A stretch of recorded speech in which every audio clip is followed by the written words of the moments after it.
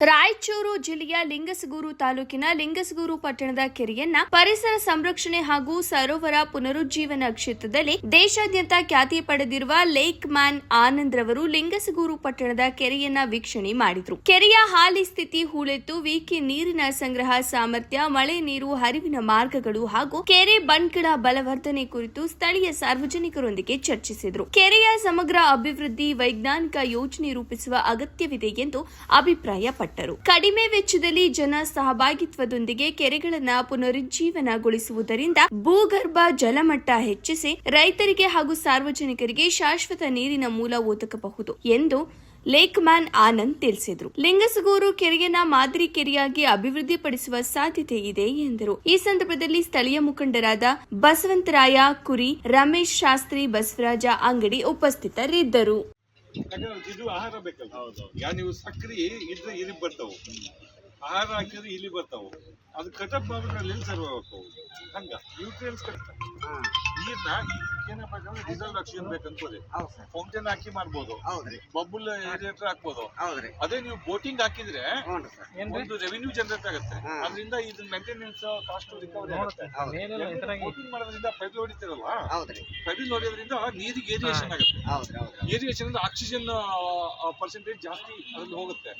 ನಿಮ್ಗೆ ಅದಕ್ಕೆ dissolved oxygen ಅಂತ ಕರಿತೀವಿ. ಡಿಒ ಜಾಸ್ತಿ ಆದಾಗ ಅಕ್ವಾಟಿಕ್ ಲೈಫ್ ರೈಸ್ ಆಗುತ್ತೆ. ಅವಾಗ ಅನ್ಎರೋಬಿಕ್ ಬ್ಯಾಕ್ಟೀರಿಯಾ ಕಮ್ಮಿ ಆಗುತ್ತೆ, ಮೀಥೇನ್ ಗ್ಯಾಸ್ ಜನರೇಷನ್ ಕಮ್ಮಿ ಆಗುತ್ತೆ. ಇದು ನೋಡ್ರಿ, ಇದು ಫಿಟ್ ಫಾರ್ ಬಾತೆ ಬರ್ಲಿದೆ, ಬಿ ಕ್ಲಾಸ್ ಅಲ್ಲಿ ಐತಿ. ಯಾಕಂದ್ರೆ ನೀವು ತುಂಬಿಸಿರೋ ನೀರಿದೆ. ಇದಕ್ಕೆ ಮೋರಿ ನೀರೊಂದು ನೀವು ಕಟ್ ಆಫ್ ಮಾಡಿದ್ರೆ, ಮೋರಿ ನೀರೊಂದು ನೀವು ಕಟ್ ಆಫ್ ಮಾಡ್ಬಿಟ್ರೆ ಅದಕ್ಕೆ ಇದು ಫುಲ್ ಈ ತರ ಟ್ರಾನ್ಸ್ಪರೆಂಟ್ ಆಗುತ್ತೆ.